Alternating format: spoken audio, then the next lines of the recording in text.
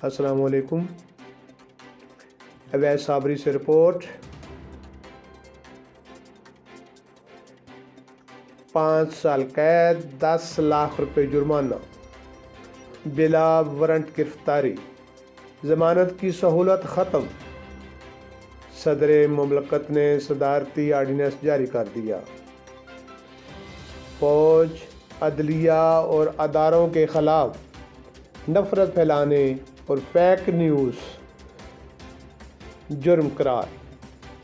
लोगों की इज़्ज़त उछालने वालों को भी सज़ा मिलेगी। हत्के इज़्ज़त का केस अलहदा हो सकेगा।